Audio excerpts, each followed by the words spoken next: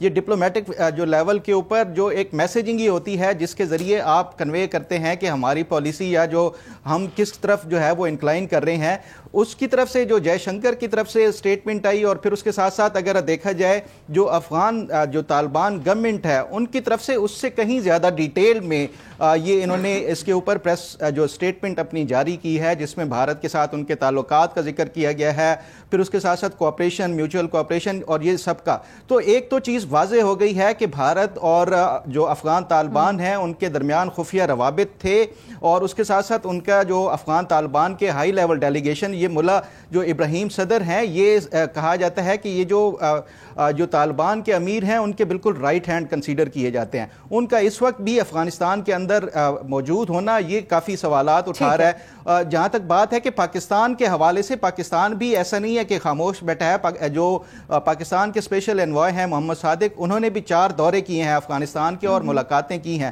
اب یہ تو ایک بیک گراؤنڈ ہے کہ دونوں ممالک کوشش کر رہے ہیں افغانستان کے ساتھ تعلقات کے حوالے سے، لیکن اس کی ریپرکشنز اب کیا ہوں گی اس میں کوئی شک نہیں ہے کہ اب شاید جو ٹی ٹی پی ہو یا بی ایل اے ہو ان کے جو پاکستان کے اندر شاید کوئی کارروائیاں مزید اس لیے بھی بڑھ سکتی ہیں کیونکہ پاکستان نے جب بھی افغان طالبان سے مطالبہ کیا ہے کہ ان کے خلاف کوئی کارروائی کی جائے، افغان طالبان کی طرف سے ہمیشہ ایک ہی جواب ملتا ہے کہ ان کو ابھی وقت درکار ہے، وہ ان کے ساتھ بات کریں گے ٹی ٹی پی کے ساتھ اور اس کے بعد کوئی آپ کو جو ہے اس کے حوالے سے رسپانس دیں گے. ابھی ریسنٹلی میں یہ سمجھی ہوں کہ آپ کو یہ کنسرن ہے، یہ خدشہ ہے کہ بالکل پریشانی کا باعث بن سکتا ہے نہ صرف یہ رابطے بلکہ ایک جو کڑی چلی آ رہی ہے وہ. ٹھیک ہے ارشاد بھٹی صاحب، آپ کی اس کے اوپر کیا رائے ہے؟ کیا آپ سمجھتے ہیں کہ یہ ایک پوائنٹ آف کنسرن ہو سکتا ہے؟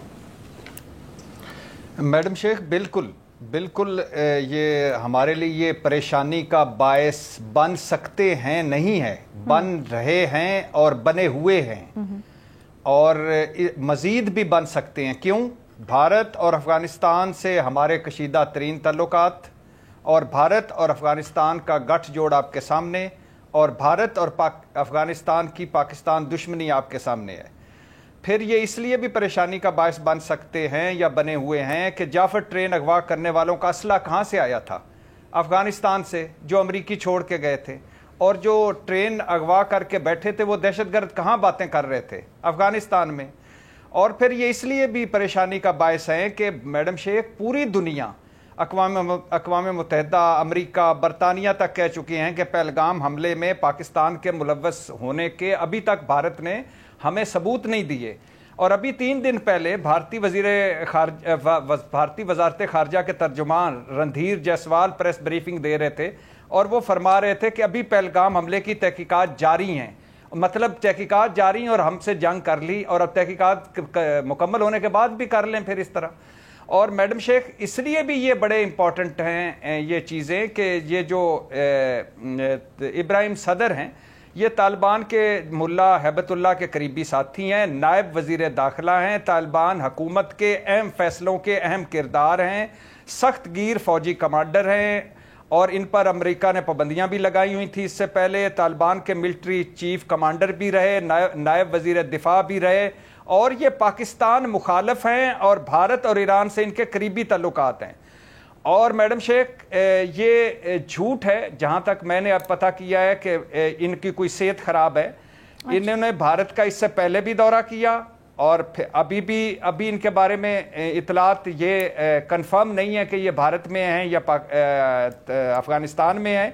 اور پھر جیسے ابھی فخر نے کہا کہ بھارتی جوائنٹ سیکرٹری خارجہ نے بھی 27 اپریل کو کابل کا دورہ کیا. جنوری میں افغان وزیر خارجہ نے دبئی میں بھارت کے نائب وزیر خارجہ سے ملاقات بھی کی اور جے شنکر کا شکریہ ادا کرنا امیر متقی کا افغان وزیر خارجہ کا.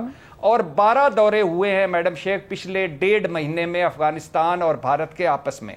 اور اب ذرا یہ سارا پس منظر ذہن میں رکھیے اور پھر میں آپ کو لا رہا ہوں وہی جو آخری بات چند جملے کہ وہ جو سہیل وڈائے صاحب کا کالم تھا جس میں وہ کہتے ہیں کہ پہلگام حملے کی دنیا کے کئی ممالک نے اپنے طور پر غیر جانبدارانہ انکوائری کرائی. بین الاقوامی انکوائری میں ذمہ داری پاکستان پر نہیں آئی. حیرت ناک انکشاف یہ ہوا کہ اس انکوائری میں یعنی پہلگام حملے کی جڑیں افغانستان میں موجود پاکستان کے خلاف نبرد آزما طالبان سے ملتی ہیں. ان دہشت گرد تنظیموں نے مقبوضہ کشمیر میں اپنے پرانے ساتھیوں اور کرائے کے قاتلوں کے ذریعے یہ سارا کچھ کروایا. اور کیوں کروایا؟ کیونکہ ایک تو یہ بھارت کا گٹھ جوڑ افغانستان کا گٹھ جوڑ ہے اور یہ سارا ہونا تھا. اور اگر یہ لمبا ہو جاتا کام, ہمارا آپریشن بنیان المرصوص جو ہے وہ ان کی کمر نہ توڑتا, تو ہو سکتا ہے کسی مرحلے پر افغانستان بھی اس میں شامل ہوتا. اور آخری بات, اس سے ایک ہفتہ پہلے, یہ پہلگام حملے سے ایک ہفتہ پہلے امت شاہ سری نگر جاتے ہیں مقبوضہ وادی میں. وہ پہلگام میں 3 فوجی چوکیاں ختم کروا دیتے ہیں اور پھر اس کے بعد جو کچھ ہوتا ہے وہ آپ کے سامنے ہے کہ پہلگام حملہ ہوا اور 10 منٹ بعد FIR اس میں پاکستان.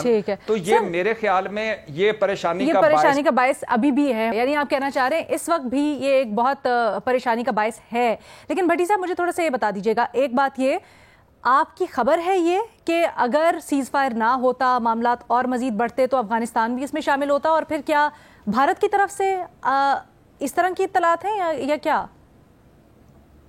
یہ میڈم شیخ جو جن ذرائع سے بات کی ہے میں نے, ان کا کہنا ہے کہ پھر افغانستان کی سرحد کی طرف سے یہ جو یہ دہشت گرد تنظیمیں ہیں یہ بھی شرارتیں کرتی ہیں اور اس طرف سے بھی کچھ نہ کچھ ہوتا.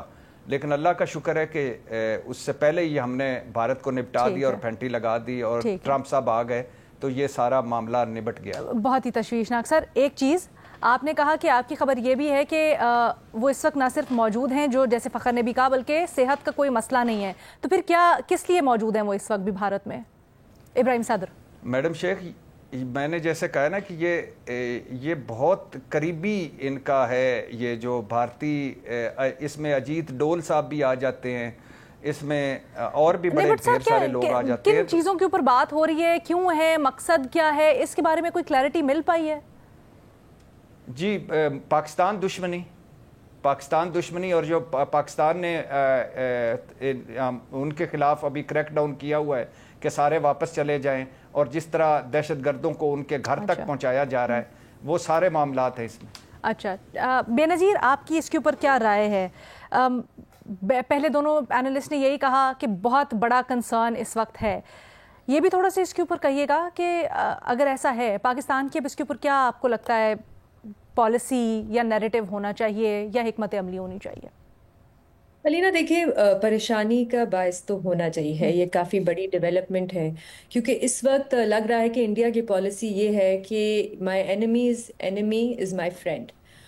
جو ہم دیکھتے ہیں کہ ٹائمنگ اگر آپ دیکھیں تو اس وقت پاکستان اور افغانستان کے جو تعلقات ہیں وہ اتنے اچھے نہیں ہیں, اور پہلگام کے واقعے کے بعد بڑی تیزی سے یہ انگیجمنٹ جو ہے بھارت اور افغانستان کے درمیان وہ بڑی ہے. کچھ جیسے آپ نے بھی بتایا پبلک ڈومین میں ہے میٹنگز, کچھ جو ہیں وہ بڑی خفیہ ہیں, اور یہ ایک بہت بڑا پالیسی شفٹ ہے جو ہم بھارت میں دیکھ رہے ہیں. بھارت کی کئی سالوں سے ایک پالیسی رہی ہے کہ ہم نان اسٹیٹ ایکٹرز, خاص طور پہ افغان طالبان کے ساتھ انگیج نہیں کریں گے, اور وہ اس وجہ سے کیونکہ وہ افغان طالبان کو بہت دیر سے پاکستان کے قریب سمجھتے تھے یہ. اور ہم نے دیکھا کہ جب افغان طالبان کی حکومت آئی, جب وہ اقتدار میں آئے, تو بھارت نے تو اپنی ایمبیسیز اور کاؤنسلیٹس تک بند کر دیے افغانستان میں, اور ماضی میں وہ الزام بھی لگاتے رہے ہیں افغان طالبان پہ کہ یہ ہمارے ڈپلومیٹک سٹاف پہ حملہ انہوں نے کیا ہے, اس میں ملوث تھے. لیکن اب ہم دیکھ رہے ہیں کہ انگیجمنٹ بھی ہو رہی ہے, بہت تیزی سے بات چیت بھی ہو رہی ہے, اور انڈین میڈیا میں تو آج یہ بھی رپورٹ ہو رہا تھا کہ کوئی بہت بڑا اعلان بھی ہو سکتا ہے بھارت کی طرف سے افغانستان کے حوالے سے. اب وہ کیا ہوگا مجھے نہیں پتا, لیکن یہ یاد رہے کہ اس وقت تک بھارت نے جو افغان طالبان کی حکومت ہے اس کو فارملی ریکگنائز نہیں کیا ہوا. تو ہو سکتا ہے کہ شاید اس طرف جایا جائے. لیکن علینا یہ ٹائمنگ اس لیے بھی ہمارے لیے ایک پوائنٹ آف کنسرن ہونا چاہیے کیونکہ ہم بار بار یہ کہہ رہے ہیں کہ افغان طالبان جو ہے وہ TTP کو روکنے کے لیے کچھ خاص ایفرٹ نہیں کر رہے. اور اگر یہاں پہ افغانستان میں جو ہمارا ویسٹرن بارڈر ہے, ہمارے نیبر ہیں, وہاں پہ اگر بھارت کا انفلوئنس بڑھتا ہے تو اس سے ویسٹرن بارڈر پہ بھی ٹینشن جو ہے وہ بڑھ سکتی ہے. اور جیسے یہاں پہ بھی کہا جا رہا تھا کہ دہشت گردی کے واقعات میں بھی اضافہ ہو سکتا ہے. ایک اور چیز علینا, جو یہ ایک میٹنگ ہوئی تھی پہلگام سے پہلے جو جنوری میں ہوئی تھی دبئی میں افغانستان اور بھارت کے درمیان, وہاں پہ ایک اور چیز تھی جس پہ بہت بات کی گئی. جب اسٹیٹمنٹ آئی وہاں سے وہ تھا چابہار پورٹ جو ایران میں ہے. افغانستان کی یہ کوشش رہی ہے کافی دیر سے کہ وہ کیونکہ ایک لینڈ لاک ملک ہے ان کے لیے ٹریڈ کرنے کا ذریعہ پاکستان ہے تو وہ پاکستان کے ذریعے سے ٹریڈ کرتے ہیں, بھارت سے بھی وہ پاکستان کے تھرو ٹریڈ کرتے ہیں. لیکن ان کی کوشش رہی ہے کیونکہ ہمارے تعلقات ان سے اتنے اچھے نہیں ہیں کہ پاکستان کو بائی پاس کر کے بھارت کے ساتھ ڈائریکٹ ٹریڈ کیا جائے اور دوسرے ممالک کے ساتھ بھی. وہ جو ایک طریقہ ہے وہ چابہار پورٹ ان کو لگتا ہے کہ ہے کیونکہ پھر پاکستان کے ذریعے نہیں, اگر آپ میپ پہ دیکھیں تو وہ پانی کے ذریعے بھارت کے ساتھ ٹریڈ کر سکتے ہیں. اور بھارت کی بھی یہ کوشش رہی ہے کیونکہ وہ اس پورٹ کو ڈیولپ کر رہے ہیں کہ وہ اس پورٹ کو استعمال کر کے پاکستان کو بائی پاس کر کے ڈائریکٹلی سینٹرل ایشین ممالک کے ساتھ. ایکسلنٹ پوائنٹ, کیونکہ ابراہیم صدر کی بہت پرو ایران بھی سمجھے جاتے ہیں, رائٹ, وہ ایران بلاک کے میں اثر و رسوخ رکھنے والے ہیں. بالکل, تو یہ بھی ایک معیشت بھی ایک پوائنٹ آف ویو ہے جو اس میں کافی کوشش کی جا رہی ہے کہ ٹریڈ کو بڑھایا جائے کیونکہ افغانستان اس وقت بہت زیادہ پاکستان پہ ڈیپینڈنٹ ہے.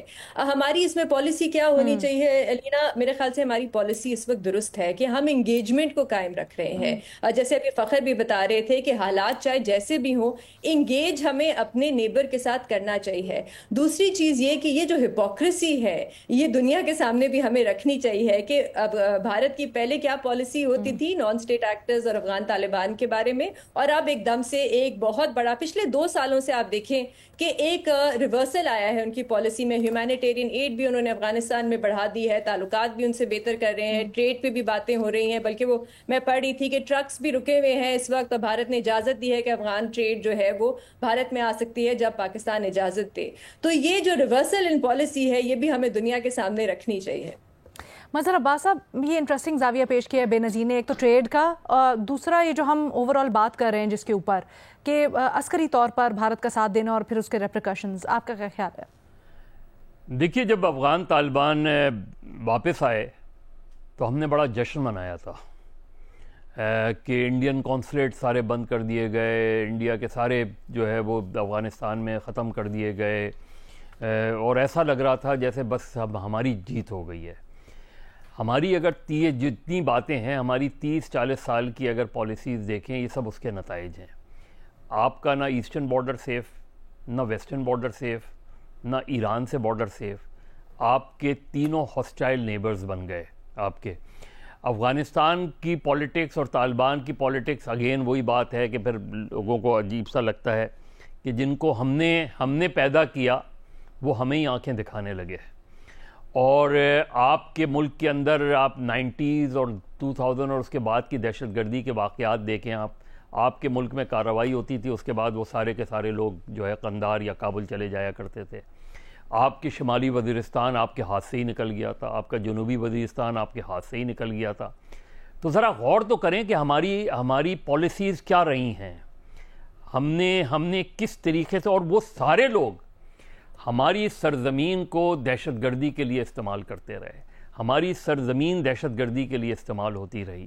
جو ہماری یہ 40 سال کی پالیسیز ہیں, اس کا کون ذمہ دار ہے, اس پر کس کو ذمہ دار قرار دیا جائے, اس کا کبھی بھی سیریس اور انڈیپینڈنٹ انالیسز نہیں ہوا. اس میں جو آج سچویشن ہم فیس کر رہے ہیں اس میں ہم چاہے انگیجمنٹ وہ کریں, وہاں تو ایک وقت تو یہ آیا تھا کہ وہ چاہ رہے تھے کہ جیسا نظام افغانستان میں ہو ویسے ہی نظام پاکستان میں ہو, اسی لیے پاکستان میں گروپ تشکیل دیے گئے.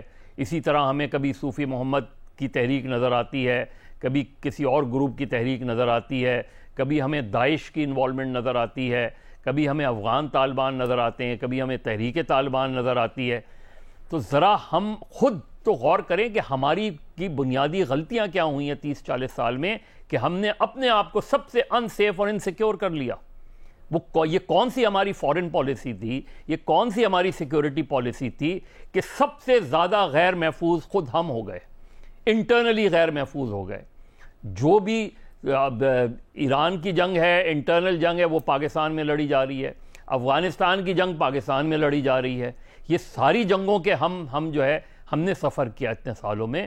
اور ہماری چاہے وہ آپ دیکھ لیں کلیشنکوف کلچر ہو, ہیروئن کلچر ہو, دوسرے کلچر ہوں, آپ پوری خیبر پختونخوا کی سیاست اٹھا کے دیکھ لیں 40 سال میں کتنی تبدیل ہوئی.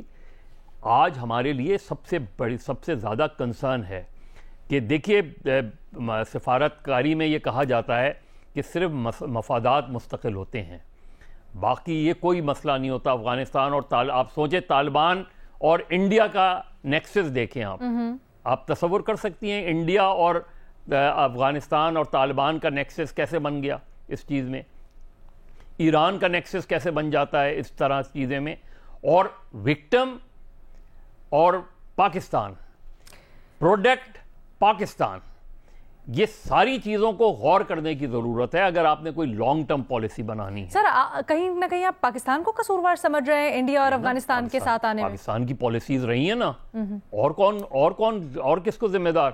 ہماری پالیسیز۔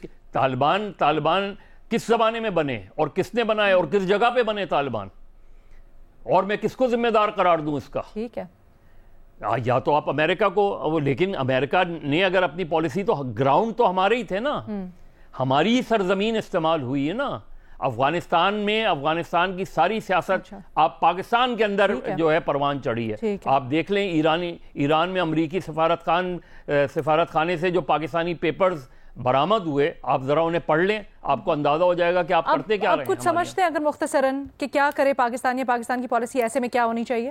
پاکستان کو ری وزٹ کرنی چاہیے اپنی، چاہے ایسٹرن بارڈر کے ساتھ یا ویسٹرن بارڈر کے ساتھ۔ خواجہ صاحب کہہ رہے ہیں پاکستان کا انٹرسٹ جو ہے وہ سب سے سپریم رہنا چاہیے۔ اچھا، خواجہ صاحب یہ کہہ رہے ہیں، جس کو ہم کئی دفعہ ڈسکس بھی کر چکے ہیں، کہ پراکسیز کے ذریعے بھارت جو ہے نا اب اپنی ٹی ٹی پی یا افغان پراکسیز کے ذریعے پاکستان کے اندر وار لڑ رہا ہے۔ فخر کچھ ایڈ بھی کرنا چاہ رہے ہیں؟ فخر اس نقطے کے اوپر بھی اگر آپ بات کریں، ایسے میں پاکستان اب کیا کر سکتا ہے آگے؟ بالکل، دیکھیں جیسے میں نے شروع میں بھی کہا کہ اب یہ پراکسیز کے ذریعے اس میں فوکس کیا جائے گا، بی ایل اے ہو یا جو ٹی ٹی پی ہو، اس کے تحت وہ کیا جائے گا۔ ایک تو وجہ یہ ہے کہ جو طالبان ہے، افغان طالبان ہیں، وہ ٹی ٹی پی کے خلاف ایکشن نہیں لے سکتے۔ اس کی ریزن یہ ہے کہ جب امریکہ کے ساتھ یہ جنگ لڑ رہے تھے تو ٹی ٹی پی ان کا ہوسٹ تھا، یہاں پہ ان کو پناہیں دی تھی، اور اب ٹی ٹی پی اگر ان کے پاس گیسٹ کے طور کے اوپر ہے تو وہ اپنے گیسٹ کے خلاف کوئی کارروائی نہیں کریں گے۔ پاکستان بار بار ان سے مطالبہ کرتا رہا ہے اور اب بھی کرتا ہے، لیکن اس کے باوجود بھی یہ مزید وقت مانگتے ہیں۔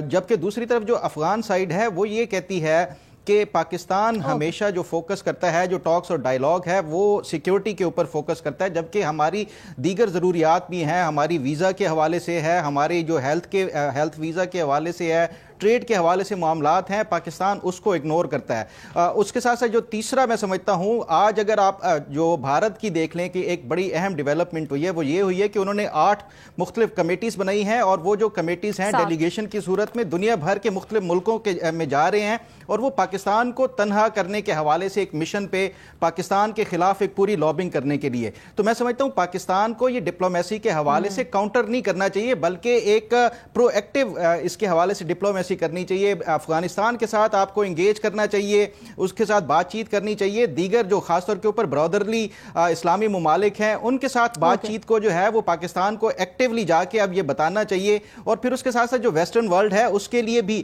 ایسا نہیں کہ ہم انتظار کرتے رہیں بھارت کیا کرتا ہے، افغانستان کیا کرتا ہے، اس کے بعد ہم کریں۔ اوکے فخر، آپ کا پوائنٹ آ گیا، مجھے یہاں پر ایک بریک لینی ہے، بریک لیں گے، ہماری طرف اپنے اس کے اوپر رائے جانی۔ سبھی یہ سمجھتے ہیں کہ نہ صرف یہ بن سکتا ہے خطرے کا باعث، بلکہ ابھی بھی بہت بڑا خطرہ ہے جس کے کچھ اثرات ہم حالیہ دنوں میں دیکھ بھی چکے ہیں، اور آنے والے دنوں میں بھی ایسی کچھ کریڈیبل رپورٹس ہیں۔ اس کے ساتھ ایک چھوٹی سی بریک لیں گے، بریک کے بعد واپس آئیں گے تو آپ کے سوالوں کے ساتھ۔ Welcome back. آپ کے بھیجے گئے سوالات تجزیہ کاروں کے سامنے رکھتے ہیں۔ فخر، آپ سے پوچھا جا رہا ہے کہ چاہے گوئیاں ہو رہی ہیں، عمران خان سے جیل میں ایک غیر سیاسی شخصیت نے ملاقات کی ہے جس کے بعد کوئی ڈیل یا رعایتیں کی باتیں ہو رہی ہیں، آپ کی اطلاعات کیا ہے؟ کوئی ایسا ڈیل یا رعایت کی گنجائش ہے؟ شکریہ علینا۔ دیکھیں میں نے جب یہ خبر سوشل میڈیا کے اوپر گردش کر رہی تھی تو میں نے ایک اہم سورس سے اس حوالے سے پوچھا کہ کیا کوئی اس طرح کی بات ہے یا نہیں ہے، تو اس پہ انہوں نے ریٹن میں ہی جواب دیا کہ ایسا ایک تو یہ کنکاکٹڈ سٹوری ہے اور اس میں کوئی حقیقت نہیں ہے، اور نہ ہی کوئی اس طرح کی عمران خان کے ساتھ ملاقات کے حوالے سے ایون سوچا گیا ہے، ہونا تو دور کی بات ہے، سوچا بھی نہیں گیا ابھی تک۔ جہاں تک بات ہے کہ کیا یہ کوئی عمران خان کے لیے آگے کوئی راہیں کھل سکتی ہیں، ان کے لیے کوئی رہائی کے حوالے سے جو باتیں چل رہی ہیں، اس حوالے سے بھی دیکھا جائے جو 2 دن پہلے انصار عواسی صاحب کی خبر تھی جس پہ عمران خان نے ان کو گو ہیڈ دیا تھا اپنی پارٹی کو کہ وہ حکومت کے ساتھ مذاکرات کے لیے بالکل ان کو اجازت ہے اور فل اتھارٹی دی تھی. دیکھیں اس کے بعد کیا ہوا کہ علیمہ خان نے ایک بیان دے دیا اور آڑے ہاتھوں لیا جو شہباز شریف حکومت ہے ان کو بھی, اور یہ کہ ان کے پاس کوئی نہ پاور ہے اور نہ ہی. تو یہ جو پی ٹی آئی خود جو ہے میں سمجھتا ہوں کہ عمران خان کی رہائی میں اگر کوئی سب سے بڑی رکاوٹ ہے تو وہ خود پی ٹی آئی. اور آپ کی سورس کے مطابق ابھی تک ایسی کوئی ڈیل یا ملاقات بھی نہیں ہوئی. تھوڑا سا سر سورس کے بارے میں پوچھنا تو گو کے آداب کے خلاف ہے, لیکن اتنا اگر آپ ہمیں بتا سکیں یہ کس سائیڈ سے ہے سورس, کیا یہ عسکری سورس ہے یا with in P T I source ہے؟ علینا with in P T I نہیں ہے, یہ جو ہے وہ آپ حکومت کی طرف سے ایک سورس ہے, حکومت کی طرف سے سورس ہے. ٹھیک ہے, تھینک یو سو مچ فخر صاحب. آگے بڑھتے ہیں, ارشاد بھٹی صاحب سے کرتے ہیں. ارشاد بھٹی صاحب, آپ سے پوچھا جا رہا ہے کہ پاکستان بھارت کے درمیان جو کشیدگی ہوئی ایک ماہ سوشل میڈیا کے اوپر بھی گرم تھا, بہت سی میمز اس کے دوران شیئر ہوئیں. آپ کی نظر میں کون سی سب سے دلچسپ یا وہ کون سی ڈھیر ساری میمز تھیں جو سب سے یادگار تھیں؟ سب سے پہلے تو میڈم شیخ کہ آپ لاہور کی سڑکوں پر بندرگاہ تلاش کرتی پھر رہی تھی, سمندر تلاش کرتی پھر رہی تھی, اور اس سے بڑی مہم اور کیا ہوگی اس جنگ کے بعد. اور ہر بندہ آپ کے منہ کی طرف دیکھتا تھا کہ خاتون تو ٹھیک لگتی ہیں, یہ پوچھ کیا رہی ہیں. دوسرا 3-4 بڑی اہم ہے کہ ایک تو جب یہ ختم ہوا تو اس کے بعد یہ جو مارکا ہم نے جیتا الحمدللہ, یہ ختم ہوا تو اس کے بعد ایک میم آئی کہ رافیل جو کمپنی ہے اس کے سی ای او نے نریندر مودی کو فون کیا ہے اور اس کا پنجابی کا ترجمہ انہوں نے لکھا کہ رافیل کے سی ای او نے نریندر مودی کو فون کیا اور کہا کہ تسی ساڈے لئی مر گئے اسی تھوڑے لئی مر گئے, اور فون بند کر دیتا. ایک وہ بھی تھا نا رافیل نے ڈھال. یہ بتائیں میم وار میں کون جیتا, انڈیا پاکستان؟ ہم بلا غیر شرکت ہم جیت گئے اور بڑے مارجن سے, بھاری مارجن سے جیتے. اچھا بھٹی صاحب, ابھی ہم نے فخر سے سوال کیا, آپ بھی اگر آپ کی کوئی اس کے اوپر اطلاعات ہیں یا خبر ہے تو بتا دیں. یہ خان صاحب سے ڈیل کی چاہے مگوئیاں ہو رہی ہیں, بات چیت, کوئی اہم ملاقات ہونے کی باتیں ہو رہی ہیں, آپ کے ذرائع کیا کہتے ہیں؟ میڈم شیخ جتنا میں نے پتہ کیا ہے بالکل ایسا کوئی کہیں سے بھی کوئی ایسا نہیں ملا کہ جس نے کوئی 1% بھی کہا ہو کہ ایسا ہوا ہے. باقی واللہ عالم بالصواب. تو یہ کیسے خبر ہوئی کہ ملاقات ہوئی ہے کسی بڑی اہم شخصیت کی خان صاحب سے؟ کوئی ملاقات نہیں ہوئی. یہ وہ بوڑھی اور ضعیف چڑیا ہے اس بھائی کی جس نے یہ خبر دی تھی. اچھا چلیں بھٹی صاحب, ایک چھوٹی سی بریک لیتے ہیں, بریک کے بعد واپس آتے ہیں باقی سوالات. Welcome back. مزید صاحب, آپ سے سوال ہوا ہے کہ ابھی ایک قومی اسمبلی میں قرارداد منظور ہوئی ہے جس میں سی ایس ایس امتحان کی زیادہ سے زیادہ عمر 35 کرنے بڑھا کر 30 سے اور چانسز کی تعداد بھی 5 کرنے کا مطالبہ کیا گیا ہے. آپ کیا سمجھتے ہیں, ضرورت کیوں پیش آئی اور کیا یہ اچھی قرارداد ہے؟ دیکھیے ہماری ایجوکیشن سسٹم نام کی کوئی چیز ایگزسٹ نہیں کرتی. ایجوکیشن ویسے بھی اب پروونشل سبجیکٹ ہو گیا ہے. یہاں آپ دیکھ لیں, آپ بتائیں کہ پاکستان بھر میں, میں سندھ کی بات کر سکتا ہوں لیکن بائی اینڈ لارج مجھے اور بھی جگہ یہی صورتحال, کتنی یونیورسٹیز جو ہیں وہ انٹرنیشنلی ریکگنائز کی جاتی ہیں. گورنمنٹ سیکٹر میں بتا دیں کوئی ایک یونیورسٹی بتائیں کہ جس کو انٹرنیشنلی ریکگنیشن, جو ریپیوٹیڈ انٹرنیشنل یونیورسٹیز ریکگنائز کی جاتی ہیں. میرٹ کا کلچر کمپلیٹلی ختم ہو چکا ہے. میں تو یہاں کا کہہ سکتا ہوں کہ آپ چاہے وہ نوکری لے لیں, اب سی ایس ایس کی عمر آپ 30 سے 35 سال کیوں کرنا چاہتے ہیں؟ کوئی وجہ, کوئی ریزنز اس کی بتائی جائے اس میں. تو میرا خیال ہے بیسکلی ایجوکیشن آپ کی وہ رہی نہیں, پرائیورٹی نہیں رہی, پہلے بھی نہیں تھی اور اب تو بالکل بھی نہیں رہی. نہ ایجوکیشن کے محاذ پہ آپ کمپٹنس دیکھتے ہیں, نہ نوکری لینے کے محاذ پہ آپ کمپٹنس دیکھتے ہیں, اور اسی وجہ سے آپ کا بیوروکریٹک سسٹم کولیپس ہو گیا ہے کیونکہ سفارش کے بغیر چیزیں نہیں ہوتی اور آؤٹ آف میرٹ چیزیں ہوتی ہیں. لوگ سالوں کانٹریکٹ پہ کام کرتے رہتے ہیں اس میں.